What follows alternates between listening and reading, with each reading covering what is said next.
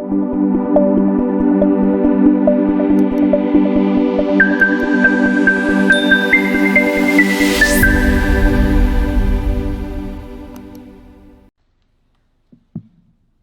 you very much, Mr. President, my dear brother William Ruto, ladies and gentlemen, members of the Kenyan government, honorable members of the National Assembly and Senate, honorable members of Judiciary, ladies and gentlemen, members of the Diplomatic Corps, the Honorable County Governor of Kuti, ladies and gentlemen, habari za asubuhi.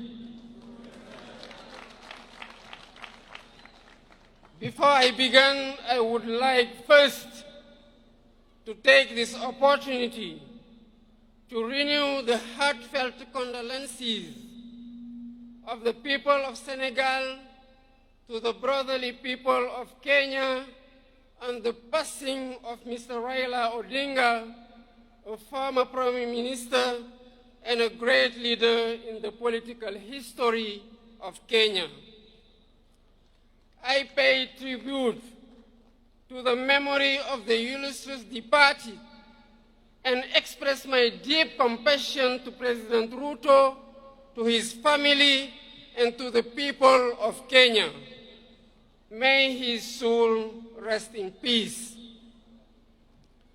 I would like to thank President Ruto for the warm welcome and all the attention we accorded to me and my delegation since our arrival in this brotherly country, home to the wonders of Masai Mara and Kilimanjaro. I am here in the invitation of my brother, President William Ruto, as a guest of honor on this day celebrating Kenyan heroes. I express my gratitude to him for this gesture that shows the excellent quality of relations between our two countries. I'm also here because I'm deeply committed to the duty of remembrance. Our heroes deserve all honors. They deserve our respect. They deserve our admiration. The celebration of Kenyan heroes who risked their lives fighting for the independence of their country is a great tribute that commands respect and pride. The members of Mau Mau National Liberation Movement suffered fierce repression at the hands of those whose sole aim was to perpetuate the colonial order. Jomo Kenyatta, Achieng Oneko, Bildad Kagia, Fred Kubai, Kangu Kurungba, Paul Kay, and their companions suffered the worst horrors of the colonial power, leading to the death of thousands of Kenyans, countless arrests, torture, and massive imprisonment. Their fate is a reminder that colonial history is not just about enslavement, but also and above all about struggle, dignity, and justice too long delayed. I would like to seize this opportunity to pay tribute to these worthy sons and daughters of Kenya and African whose memory must be etched out into our collective consciousness. I admire their courage and determination in the anti-colonial resistance. With their blood and sweat, they wrote a great page in the glorious history of liberation. Ladies and gentlemen, colonial repression was not an isolated case in Kenya. We suffered the same in Senegal, where anti-colonial national resistance movements blossomed against the European imperialist power offensive in Africa. Our fellow countrymen suffered unspeakable repression. For instance, on December 1944 at Charoy Black Barracks, innocents and unarmed Senegalese riflemen, along with their brothers in arms from other African countries, were massacred by the colonial power. Their only crime was to demand the payment of their allowance, bonuses, and other entitlements. This was one of many premeditated criminal acts, and the facts are undeniable. Out of duty of remembrance, truth, and justice, we cannot forget these horrors, nor the sacrifice of our national liberation heroes and founding fathers of our nation. The full history must be recalled. These valiant sons and daughters of Africa must be celebrated because celebration is an educational tool in the transmission of our values and virtues.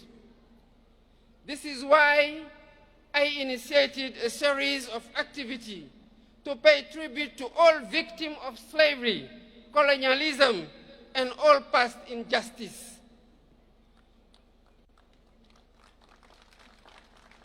The first such initiative was to commemorate the 18th anniversary of the massacre of Senegalese riflemen last year. We are preparing to mark the second edition on December next, in communion with the 16 other troops contributing nations to the regiment commonly known as Senegalese riflemen. Ladies and gentlemen, to consolidate these various remembrance initiatives on the African continent, it is vital that we develop synergy in our efforts. I am on the view that to reclaim our history and restore the memory and dignity of these valiant Africans, we need to take several steps, including, first, build monuments and museums in honor of our heroes to serve as open spaces of reverence and remembrance. Second, build documentation and research centers to keep records, testimonies, and narratives about our heroes, while supporting research and education on this history of great African resistance fighters against slavery, colonialism, and worse form and injustice. Third, our streets, public squares, and buildings shall bear the names of our heroes so that their sacrifice and feats of arms be etched into our daily life and collective history. Fourth, teach our history in our education curricula. Thus, future generation will grow up with a thorough understanding of these episodes of our past. Fifth, initiate throughout Africa days dedicated to our heroes, like the one we are celebrating today. This is what will sustain the memory of our heroes, just as sustainable energy solution, the theme of this year's celebration, will help transform our lives. With the mastery of energy and sufficiency production capacity, Africa shall build the foundation of her development, the engine for her economic transformation, and foster technological and social innovation. Long live the memory of Kenyan heroes.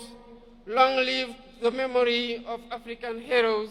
I thank you for your kind attention. Wapi makofi ya Rais wa Senegal jameni. Asanteni sana.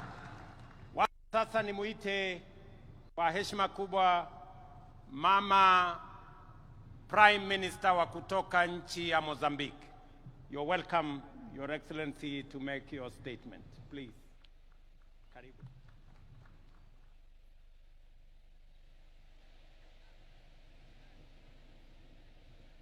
Habari mchana.